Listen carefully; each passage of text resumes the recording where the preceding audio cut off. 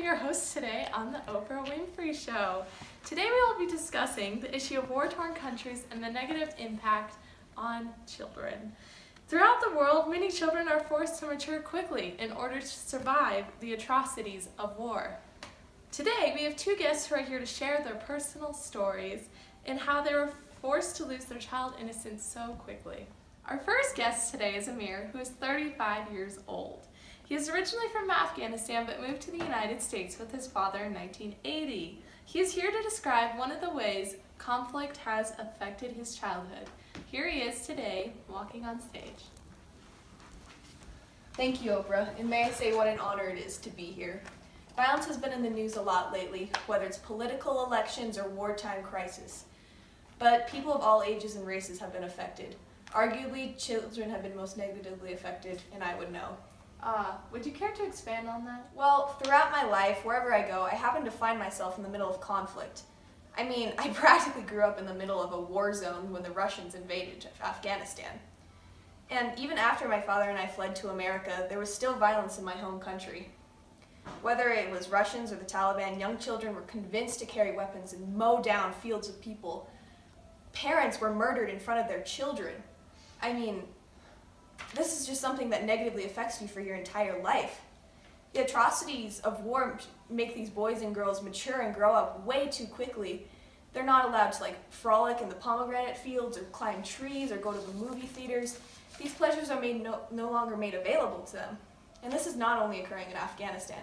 All over the world, children are scarred by violence around them, and they use your purity and your innocence out of this fear.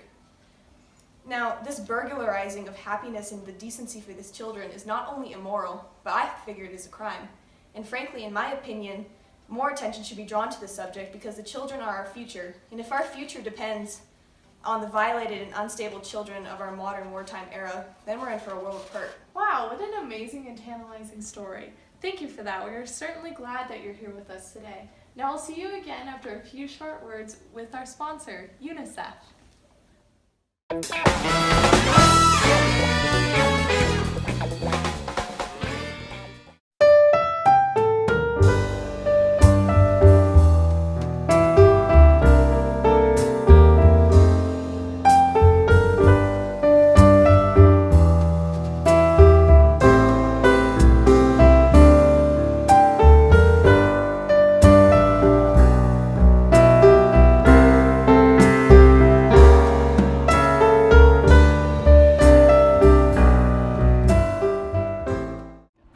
Give a child hope. Donate to UNICEF today. Call us at 1-800-367-5437 or visit us online at www.unicefusa.org. Give a child hope. No somos responsables por las acciones que siguen esta presentación de Oprah Winfrey. Esta presentación es el primero de nosotros y no puede estar arrepentada en esta forma. Gracias. And we're back. Our next guest today is Ishmael Beck, who is 19 years old. He is originally from Sierra Leone and moved to the United States in 1988. Ishmael is here to describe his experiences throughout the Sierra Leone War and how they ultimately affected his childhood. He's here with us today right now. Come on, young man, it's okay.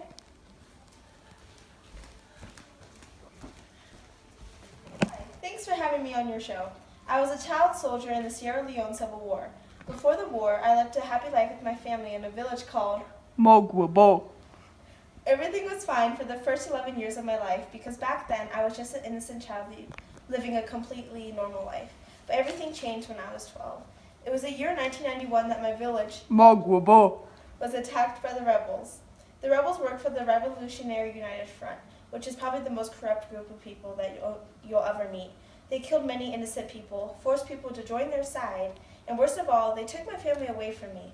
And I was just a young child. I'll never forget the day I went to Kamador, which is one of the villages that my brother and I went to. All we wanted to do was seek shelter and be safe, but eventually the rebels attacked. Kamador.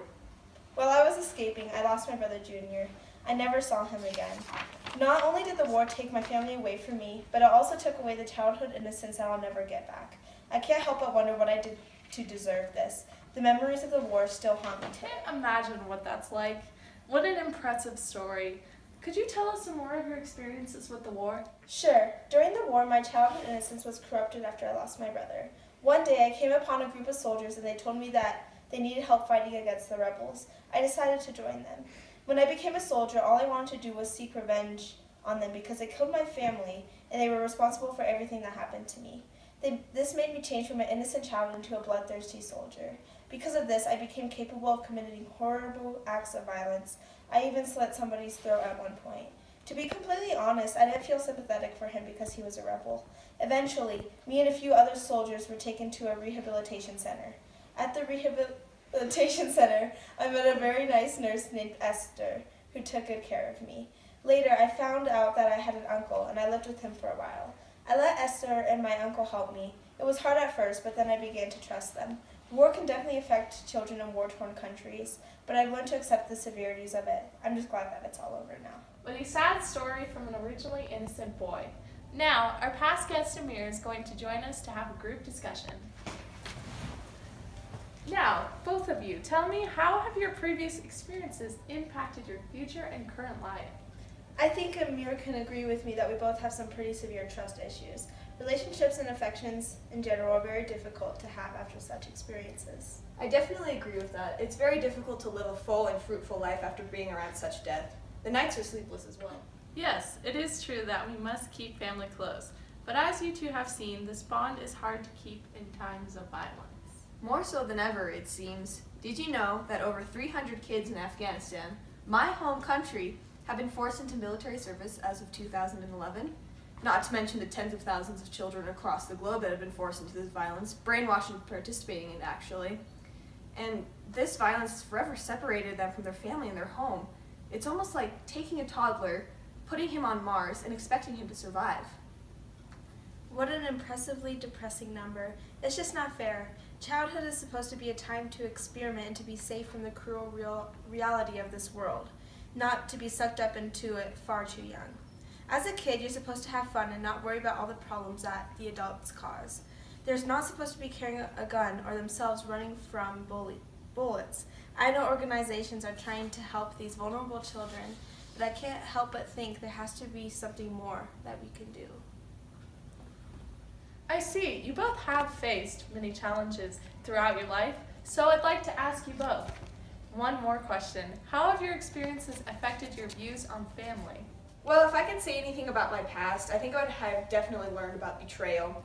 After betraying my very own brother, I automatically felt a great feeling of regret. This has plagued me my entire life.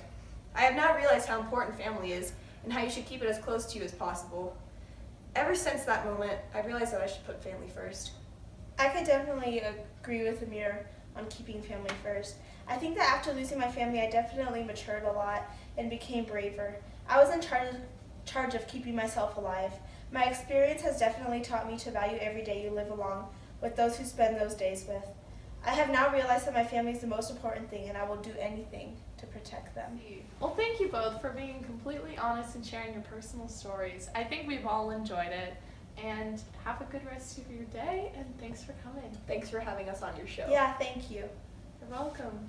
Goodbye. Now I'd like to thank my audience for coming out here today. I think we all have learned from Ishmael and Amir's experiences and have become closer to understanding the amount of pain children are facing around the world. Although many of these children are miles away, I think we can still make a difference. I would like to bring up an organization called the United States Children's Fund, also known as UNICEF. UNICEF is an organization focused on giving children hope and a reason to live. They are working in 190 countries to defend the rights of children by providing children with not only education but helpful resources. The reason why I'm telling you this is because if all of my viewers across the world were able to donate just $3 to UNICEF, we as a whole can raise a whopping $350,000 to go towards supporting children just like Amir and Ishmael. Well, I'd like to thank you all for watching, and I hope to see you next week.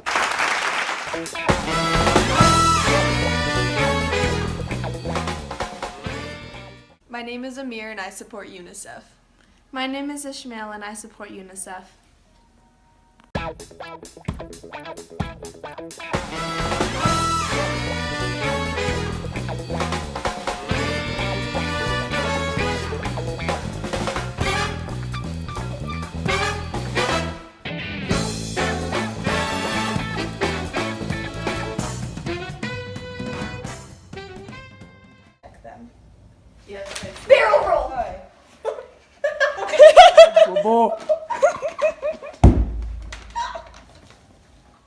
I can't do it.